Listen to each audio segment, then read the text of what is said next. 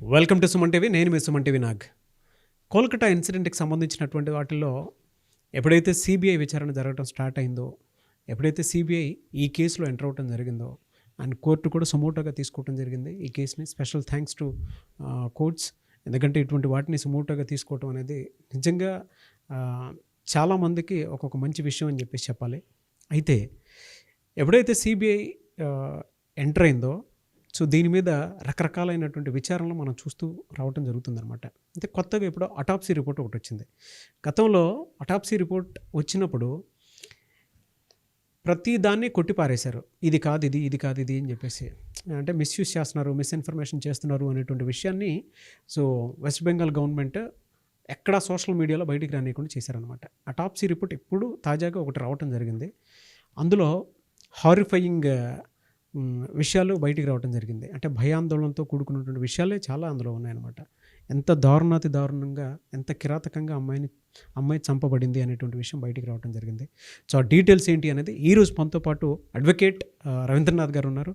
So అది వారి మాటలోనే అడిగి తెలుసుకుందాం. Hello sir. నమస్తే అండి. నమస్తే సార్. సార్, అటాప్సీ రిపోర్ట్ అసలు ఏం చెప్తోంది? ఏదైతే కలకత్తా మన మర్డర్ కేసు సంబంధించిన విషయాలు రోజు రోజు కొత్త కొత్త వెలుగులోకి వస్తున్న విషయాలు, ఏదైతే సుప్రీంకోర్టు, ముందు మనం సుప్రీంకోర్టుకి మనం అభినందన తెలపాలి, సుమోటోగా తీసుకుంది. అయితే జనరల్గా అటాప్సీ రిపోర్ట్ తీసుకునేటప్పుడు ఎలా చేస్తారంటే, గవర్నమెంట్ ప్రభుత్వ డాక్టర్లు ఆ యొక్క కేసుని, ఆ బాడీని ఏ యాంగిల్లో చేయాలి, అంటే అది ఆత్మహత్యకు గురైందా, దానికి చాలా ప్రొసీజర్స్ ఉంటాయండి. అయితే ఫస్ట్ టైం ఏం జరిగిందంటే, ఈ అటాప్సీ రిపోర్ట్లో ఒక వీడియో షూట్ చేశారు. అసలు అటాప్సీ రిపోర్ట్ అది సుప్రీంకోర్టు ఇన్వాల్వ్ అవ్వడం జరిగింది.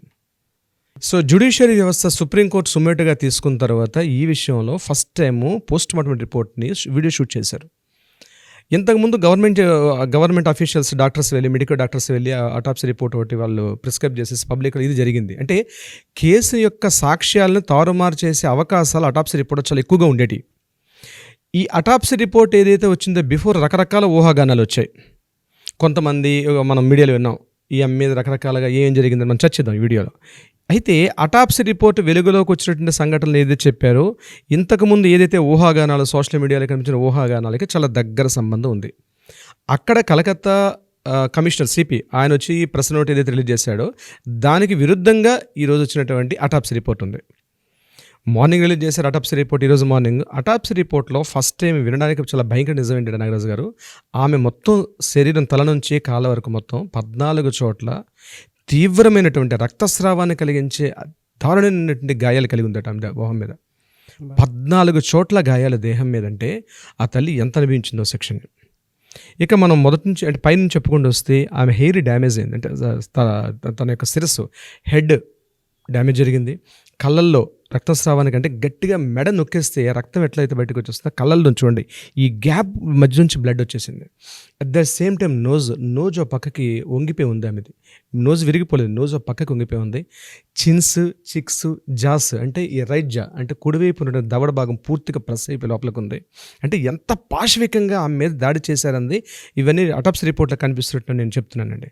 దాని తర్వాత చెవు భాగం దగ్గర నుంచి కళ్ళు, నోరు, ఇక నోటు భాగం అయితే పైన లిప్స్, టాప్ లిప్, కింద లిప్ రెండు కూడా నలిగిపోయి ఉన్నాయి, బాగా చిట్లిపోయి ఉన్నాయి. ఇవన్నీ కూడా వాటి నుంచి కూడా తీవ్రమైనటువంటి రక్తస్రావాన్ని కలిగి ఉంది. ఇక మెడ పార్ట్కి వస్తే మెడ గట్టిగా ఒత్తితే ఎలా ఉంటుందో మొత్తం ఉబ్బిపోయి ఉంది మెడంతా కూడా. ఇక ఇంటర్నల్ ఆర్గన్స్, లంగ్స్ పార్ట్లోకి వెళ్ళినట్లయితే ఆ లంగ్స్ పూర్తిగా ప్రెస్ అయిపోయింది. అంటే గట్టిగా ఒత్తేయడం వల్ల ఏంటంటే గాలి ఆడక, ఊపిరాడక చనిపోయింది. ఫైనల్ రిపోర్ట్ ఏం రాశారంటే, ఆమె ఏ సంఘటన ఏ రకంగా చనిపోయింది అనే రిపోర్ట్లో ఏం ఇచ్చారంటే, ఫైనల్ రిపోర్ట్లో ఆమె ఊపిరాడక చనిపోయింది అని చెప్పారు. ఇక దేహంలో చూసినట్లయితే ప్రైవేట్ పార్ట్స్ అన్నింటిలో కూడా గాయాలు ఒకటి కనిపిస్తున్నాయి. కుడి సైడ్ లెగ్, యాంకిల్ పార్ట్ పూర్తిగా బెండ్ అయిపోయి ఉంది. రైట్ లెగ్ విడిపోయి, అంటే రైట్ లెగ్ కూడా డివైడ్ చేసి ఒక పొజిషన్ చేంజ్ అయిపోయి ఉంది. ఇక పాదాల వరకు, అంటే శిరస్సు నుంచి పాదాల వరకు ఉంది. ఇక ప్రైవేట్ పార్ట్స్ విషయానికి వస్తే నాగరాజ్ గారు, ఆ వెజినా పార్ట్లో వాళ్ళు విసిడ్ అని ఒక వర్డ్ని వాడారు ఇక్కడ. అంటే ఒక జిగురు లాంటి పదార్థం. విసిడ్ అంటే జిగురు లాంటి పదార్థం. అక్కడ మనం ఏదైతే వాడతామో రెగ్యులర్ వర్డ్స్ కాకుండా అక్కడ విసిడ్ అనే ఒక వర్డ్, అంటే జిగురు లాంటి ఒక పదార్థం విజినాలో 155 గ్రామ్స్ ఒక విసిడ్, ఒక థిక్ లిక్విడ్ అన్నది అక్కడ బయటకు వచ్చింది. అంటే ఇంటర్నల్ విజినాలో, ఎక్స్టర్నల్ విజినాలో కూడా కనిపిస్తుంది. అది బ్రెయిన్లో ఉన్నటువంటి హ్యామరేజ్, అంటే బ్లడ్ క్లాట్ అయిపోయిన ప్రాంతం.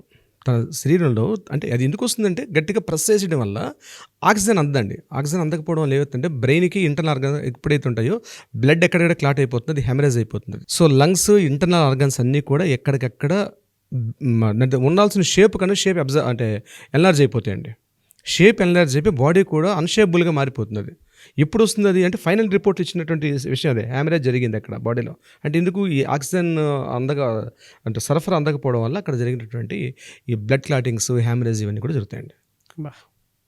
అత్యంత పాశవికమైనటువంటి ఒక దుస్సరి, అసలు మాట్లాడుకోవడం కూడా అసలు చాలా కష్టం అండి. అసలు ఏదో ఆర్జికర్ మెడికల్ కాలేజ్ జరిగిన ఈ దుస్సంఘటన దేశవ్యాప్తంగా ఉన్నటువంటి అన్ని మెడికల్ కాలేజీలకు ఒక లెసన్ కావాలండి. ఇప్పటికైనా వాళ్ళు సర్దుకుంటే మంచిది.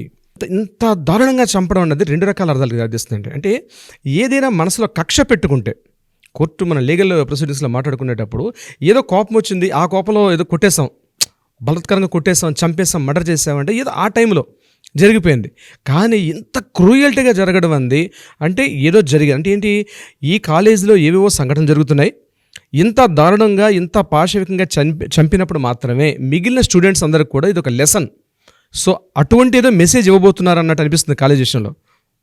పాయింట్ ఏంటంటే ఈ రిపోర్ట్ చదివితే మనకు అనిపిస్తుంది అట్లా. ఎవరైతే విక్టిమ్ ఉన్నారో విక్టిమ్కి ఆల్రెడీ కొన్ని విషయాలు తెలిసి ఉంటాయి. అవునండి. కాలేజ్లో ఏం జరుగుతుంది ఏంటి అనేది. గతంలో నేను చేసినటువంటి వీడియోలో ట్రాఫికింగ్ సిస్టమ్ ఉంది అనేటువంటిది, అంటే human trafficking, organs trafficking and దాంతోపాటు ఈ మత్తు పానీయాలకు సంబంధించినటువంటి విషయాలు, అవునండి, అవన్నీ జరగటం తెలిసి ఉండొచ్చు. అందుకే ఇంత కక్ష గట్టి మరీ దారుణంగా. ఎగ్జాక్ట్ అదే కదండి.